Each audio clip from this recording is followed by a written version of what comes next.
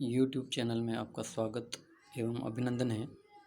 आज इस वीडियो में अपन ने नगर के विकास के संदर्भ में अपन ने पिछले वीडियो देखे हैं।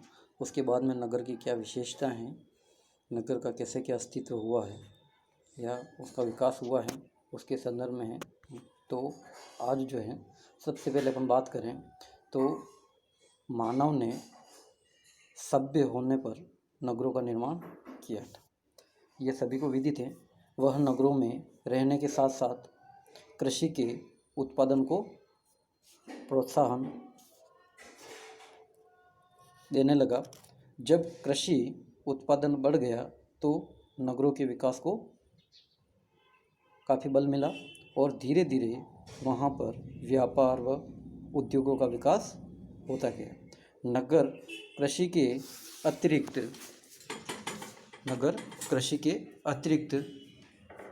उत्पादन का संग्रह व विक्रय का कार्य करने लगे।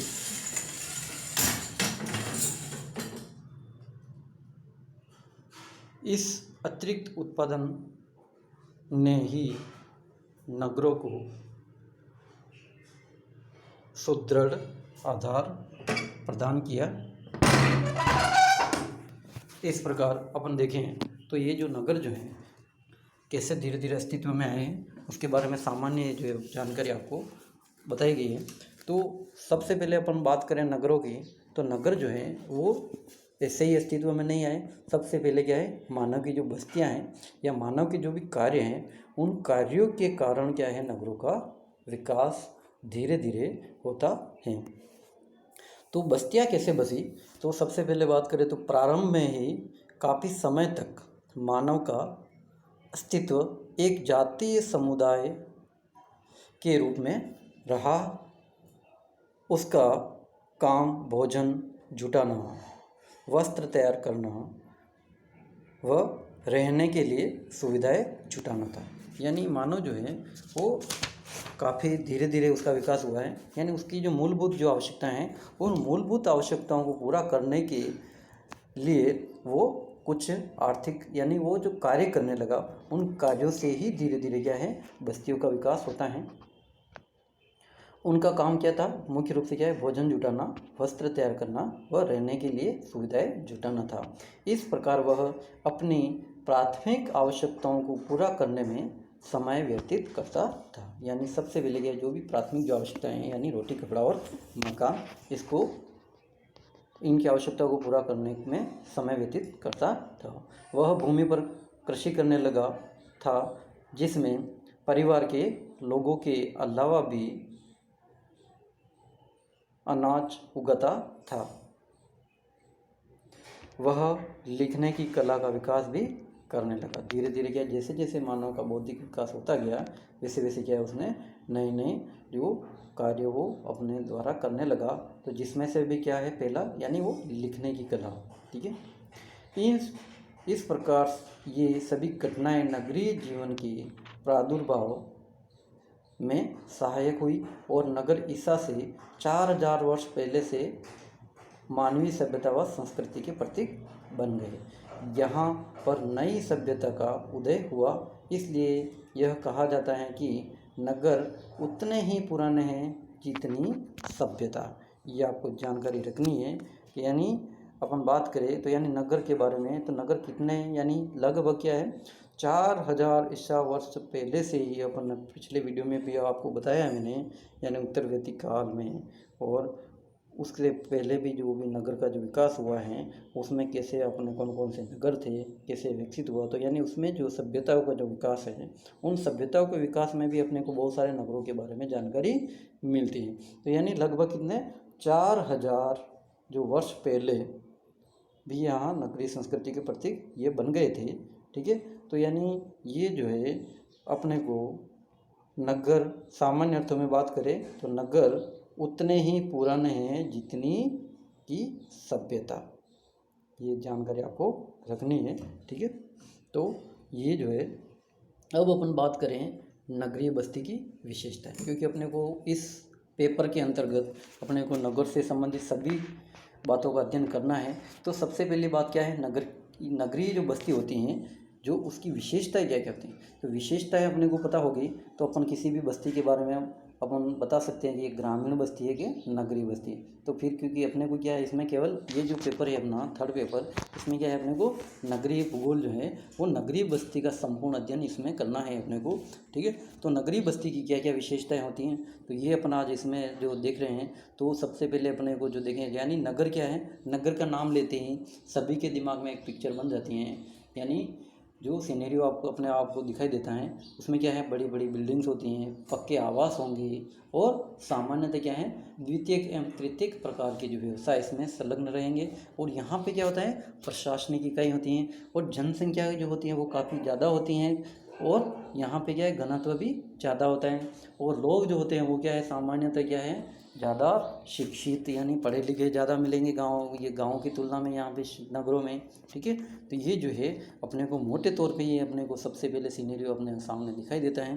तो ये जो है अपन इसमें अपन बात करें यानी नगर क्या है, समय के साथ बनते बिगड़ते रहे हैं, ये अनेक अवस्थाओं से गुजरे हैं, उनके रूप बनावट में भिन्नता मिलने का कारण उन शक्तियों का प्रभाव है जो समय विशेष पर प्रभाव डालती रही हैं। हम नगर में पाई जाने वाले स्मारकों यानी मोमेंट्स द्वारा यह जानने का प्रयास करते हैं कि उस समय सभ्यता का रूप कैसा होगा, लेकिन ये स्मारक भी सभ्यता का पता लगाने के लिए पर्याप्त नहीं है, क्योंकि नगर एक महल, पूजा स्थल या कला वस्तुओं का संग्रह मात्र ही नहीं है। ये अपने को जानकारी रखनी है, ठीक है। यानी क्या है, वो एक नगर क्या है, एक महल, पूजा स्थल या कला वस्तुओं का संग्रह मात्र ही नहीं है। अतः यदि हमें सभ्यता का पता लगाना है तो हमें उस समय के प्रशासकों पर ध्यान न देकर नगरवासियों के कार्यकलापों पर ध्यान देना चाहिए। यानी जो भी वहाँ पे जो पॉपुलेशन है या जनसंख्या है नगरवासियों के, उनके कार्यकलापों पर ध्यान देना चाहिए। गैलियन का कहना है कि नगर का अभिप्राय उन सब लोगों से हैं जो उसे बसाते हैं। यह मकानों का विस्तृत संग्रह है जिनमें लोग रहते हैं, दुकानें जिनमें वह काम करते हैं, सड़कें जिन पर वे आते जाते हैं, वे स्थान जिन पर वे व्यापार आदि कार्य करते हैं। यानी सामान्य से जो है किसने कहा, ये गैलियन नामक जो विद्वान है उन्होंने बताया। यानी इसमें क्या है, यानी मकान क्या होगी, विस्तृत क्षेत्र पर इनका मकानों का आवास होगा, ठीक है। और ये लोग क्या है, दुकानें जिसमें काम करते हैं वो होगी, और आने जाने के जो भी सड़कें हैं, मार्ग वो होंगे, और जिन पर व्यापार कार्य किया जाता है। नगर परिवर्तनशील संस्कृति एवं सभ्यता के प्रतीक कहे जा सकते हैं। नगरों का वर्तमान रूप एक लंबे इतिहास का परिणाम है। प्राचीन काल से लेकर आज तक नगरों ने अपने सामाजिक व आर्थिक ढांचे में अनेक परिवर्तन किए हैं। इन परिवर्तनों में उनकी स्थिति, प्रारूप, आकार व विकास की गति को प्रभावित किया है। प्राचीन काल के नगर नदी घाटी के नगर कहे जा सकते हैं, जो इस बात का प्रमाण है कि जहाँ पर नदियों के किनारे बाढ़ से सुरक्षित स्थल मौजूद थे। ये अपन ने पिछले वीडियो में भी अपन ने को प्राचीन जो वैदिक कालीन जो सभ्यता उत्तर वैदिक काली उसमें अपन ने देखा है, ठीक है। जो भी नगरों का अधिकांश जो विकास हुआ है वो कहाँ है, जो नगर के जो बसाव स्थान यानी भौगोलिक जो स्थिति है, यानी उसके आधार पर अपन देखें तो वो क्या है, नदियों के किनारे सामान्यतः ये थे, ठीक है।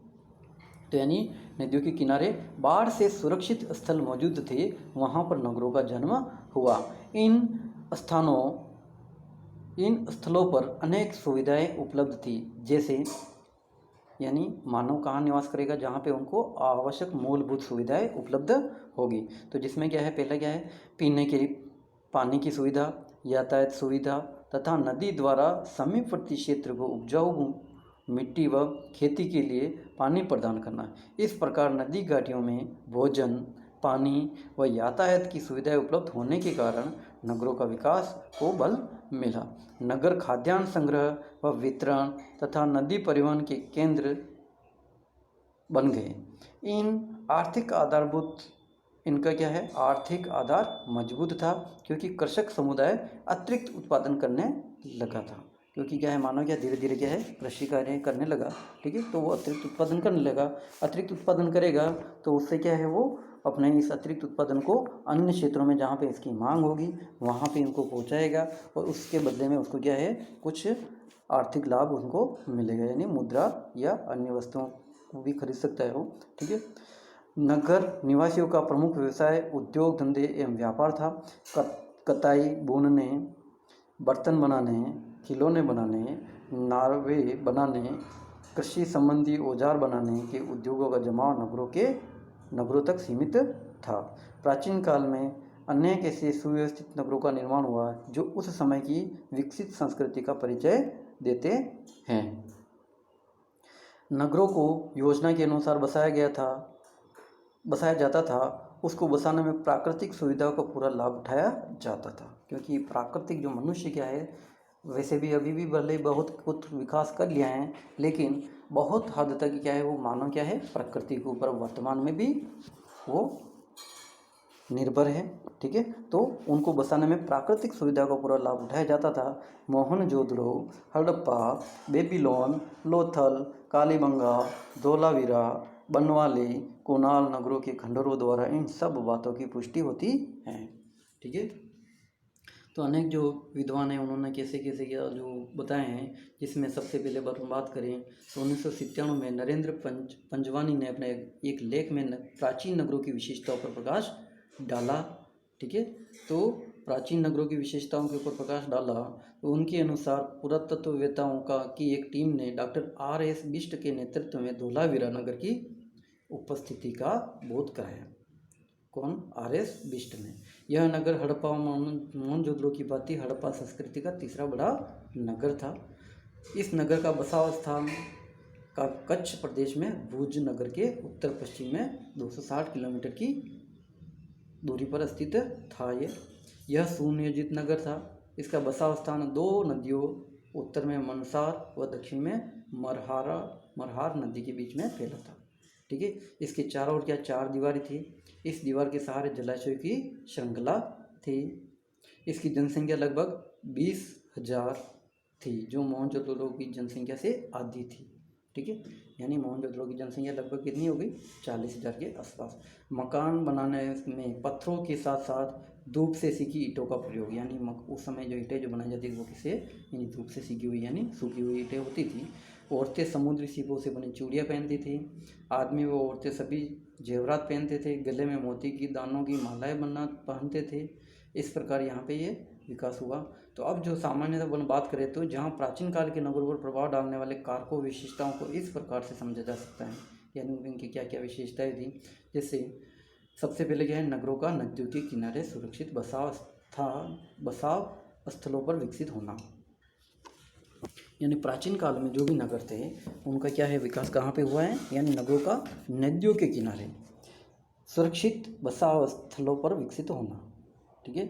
दूसरा क्या है, नदियों व जलाशय के जलाशयों के पानी का पीने सिंचाई के रूप में प्रयोग करना, यानी किसका प्रयोग, यानी नदियों व जलाशय, यानी या तो तालाब के किनारे या नदियों के किनारे पे, यानी पानी के पीने के रूप में या सिंचाई के रूप में इसका प्रयोग करना।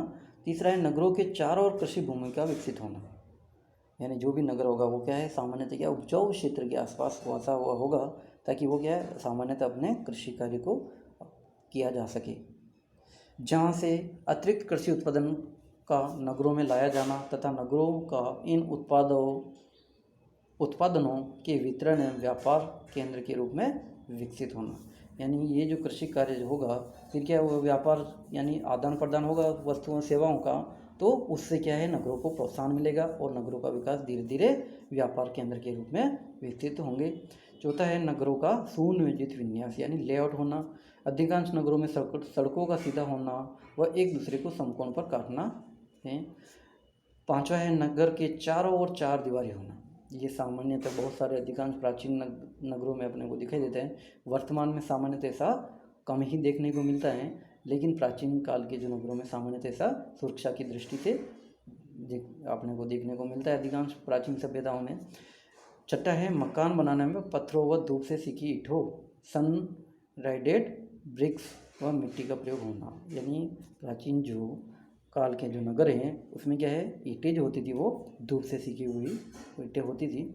और सातवां है मकानों के भीतर सभी प्रकार की सुविधाएं होना। आठवां है मिट्टी के बर्तन, जेवरात, मिट्टी की मोहरें, नावों, खिलौनों आदि का प्रयोग होना। नगरों में लघु स्तर के उद्योगों का जमा होना। नवा 10वां है नगरों का व्यापार व उद्योग कार्यों से आजीविका प्राप्त करना।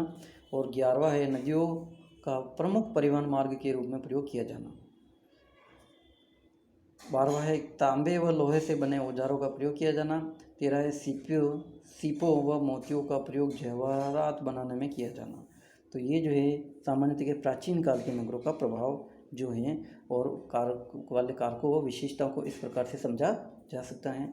ठीक है, अब है अपन ने पिछले वीडियो में भी अपन ने देखा है यानी कैसे क्या विकास हुआ। तो यह शॉर्ट में वापस आपको देखेंगे यानी उत्तर प्रागैतिहासिक अथवा पूर्व वैदिक काल के जो नगर हैं वो किस प्रकार से कैसे विकसित हुए हैं, इसको अपन ने विस्तृत पहले अपन ने पिछले वीडियो में देखा है।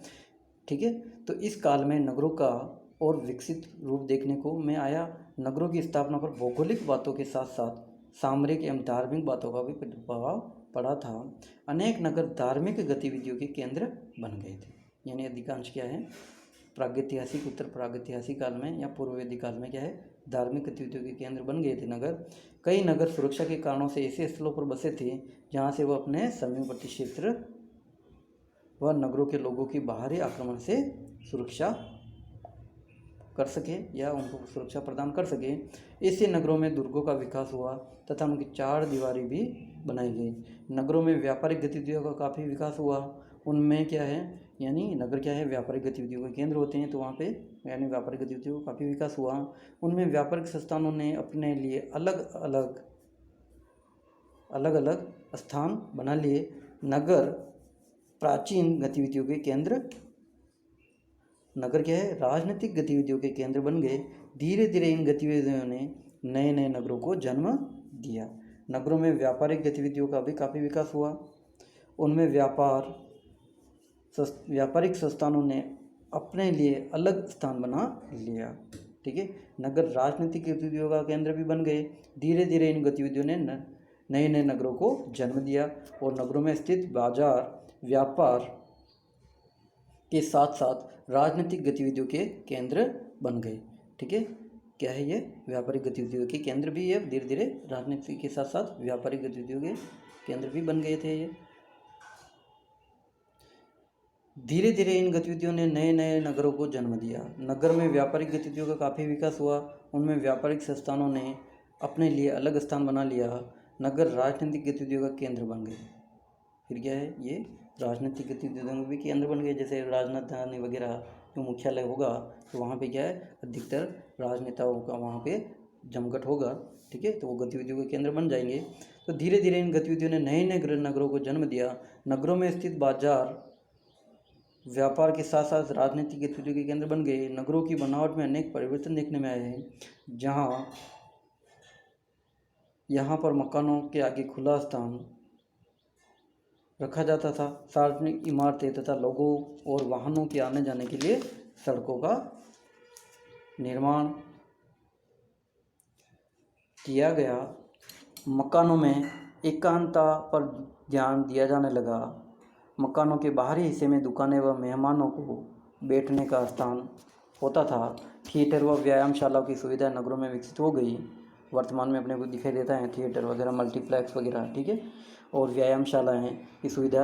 और आजकल क्या है, अभी जो योग जो हैं व्यायामशालाएँ जैसे आजकल विकसित हो रही हैं। ठीक है, तो व्यायामशालाएँ और नित्य प्रतिदिन क्या है, अपने स्वास्थ्य को अच्छा रखने के लिए क्या है, मानव क्या है, व्यायामशालाओं को और भी अग्रसर हो रहा है, उसकी ओर जा रहा है। तो यानी बहुत सारे जो थिएटर वगैरह हैं, व्यायामशालाओं की सुविधा नगरों में विकसित हो गई है। समुद्र तट पर स्थित नगरों ने दूसरे देशों के से व्यापार करना शुरू कर दिया था। इस तरह नगर विदेशी संस्कृति व सभ्यता से भी अपना संबंध स्थापित करने लगे थे। अतः स्पष्ट होता है कि नगर मानव द्वारा समय समय पर विकसित विचारों, ये अपने को ध्यान रखना है। ठीक है, यानी मानव क्या है, नगर जो है वो क्या नगर क्या है, मानव द्वारा समय समय पर विकसित विचारों व आवश्यकताओं का प्रतिबिंब रहे हैं। जैसे जैसे मानव के सोचने यानी जैसे जैसे मानवों के सोचने और वह काम करने के तरीकों में परिवर्तन होता गया, वैसे वैसे नगरों के रूप में भी परिवर्तित होता गया है और आगे भी इसमें क्या होगा, परिवर्तन होता अपने को दिखाई देगा। ठीक है, ये क्या है, कौन से काल के नगर है ये, उत्तर प्रागैतिहासिक या पूर्व वैदिक काल के नगरों में ऐसा दिखाई देता है। अब मध्यकाल के जो नगर हैं, मध्यकाल के जो नगर है यानी मेडिवल पीरियड, इस युग में नगर उपयुक्त बातों के साथ साथ शिक्षा के भी केंद्र बन गए थे। धीरे धीरे क्या है, बौद्धिक विकास के कारण क्या है, मानव क्या है अपने शिक्षा की ओर अग्रसर होता है। ठीक है, तो वह लिपि का विकास करता है। ठीक है, तो उसे क्या है, वो शिक्षा के भी केंद्र बन गए।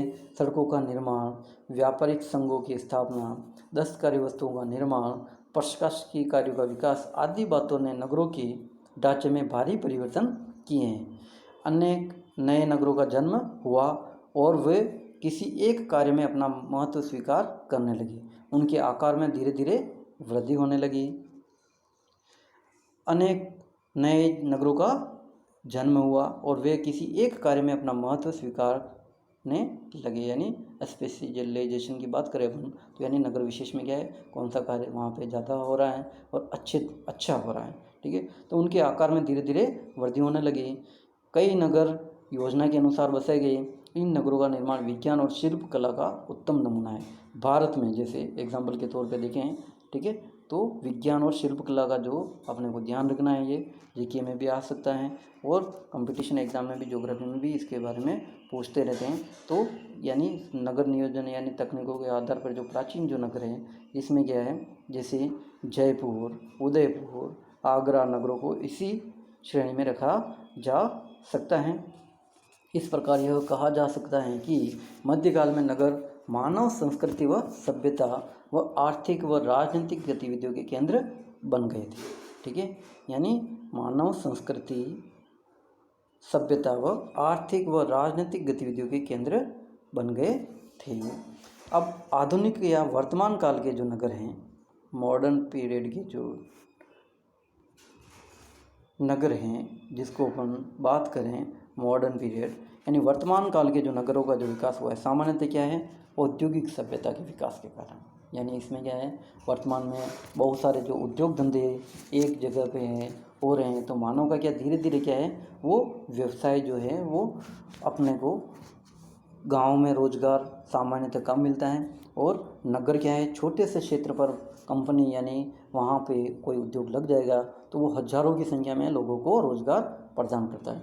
इसलिए क्या है, लोग क्या है, सामान्यतः क्या है, नगरों की ओर आकर्षित हो रहे हैं। यानी वो एक चुंबक की भांति कार्य करते हैं। यहाँ पे क्या है, मानव को बहुत सारी सुख सुविधाएं यानी शिक्षा, स्वास्थ्य और रोजगार से संबंधित आसानी से मिल जाती हैं। इस कारण से क्या है, वो अपने को गाँव से हटा करके या वहाँ से हट करके यानी वहाँ से अपने आप के मूल स्थान को छोड़ करके वो नगरों की ओर आकर्षित होता है और वहाँ पे अपने आवास बना करके वहाँ रहना प्रारंभ कर देता है। तो धीरे धीरे क्या है, आधुनिक काल में जो नगरों का जो विकास हुआ है, सामान्यतः क्या है, औद्योगिक विकास के कारण अपने को देखने को मिलता है। तो वर्तमान काल के जो नगर क्या है, औद्योगिक सभ्यता के विकास की देन हैं। इस सभ्यता का जन्म नगरीय बस्तियों के जन्म व विकास में सहायक हुआ है। इसने नगरों के आकार व रूप पर भारी प्रभाव डाला है।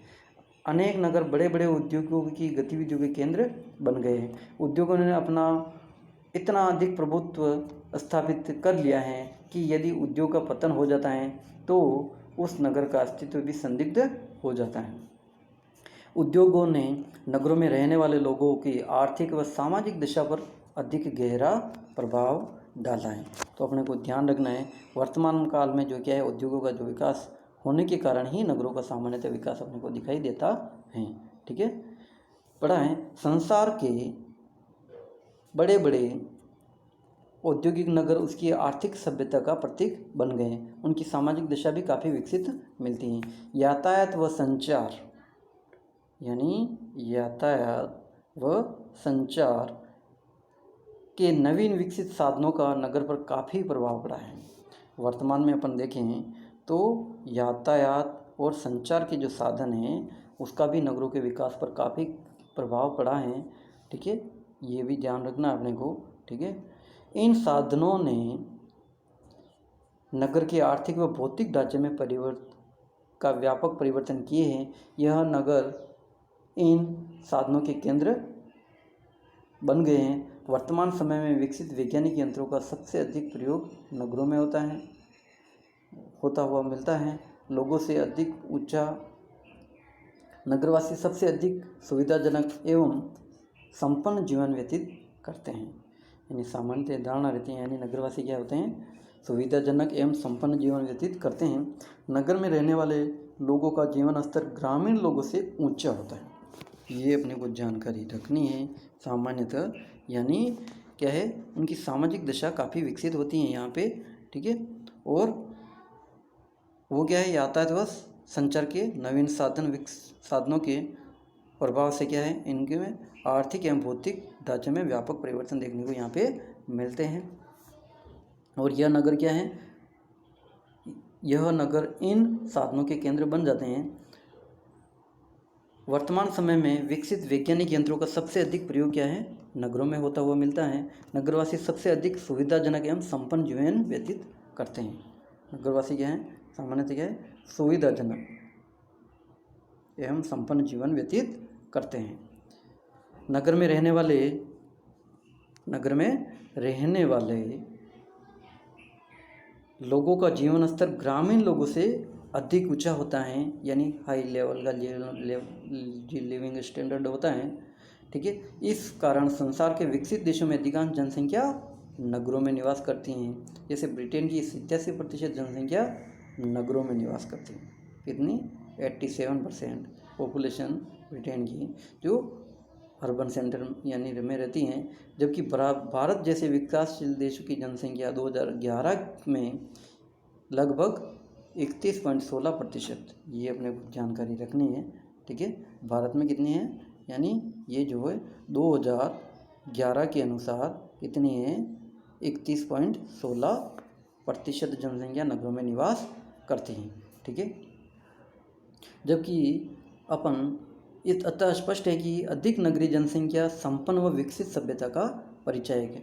आधुनिक नगरों ने अपने आकार में भारी वृद्धि की है, जहाँ पर जनसंख्या व मकानों की भारी भीड़ भाड़ मिलती हैं।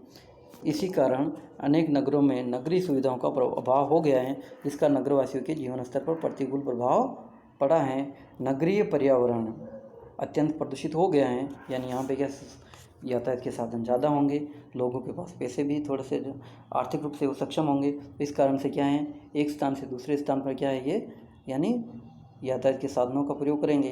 तो उस कारण से यहाँ पे क्या है, बहुत सारी जो प्रदूषण संबंधी जो है, जल प्रदूषण, वायु प्रदूषण और ध्वनि प्रदूषण संबंधित बहुत सारी समस्याएं यहाँ पे वातावरण संबंधी अपने को देखने को मिलती है। यानी नगरीय वातावरण अत्यंत प्रदूषित हो गया है।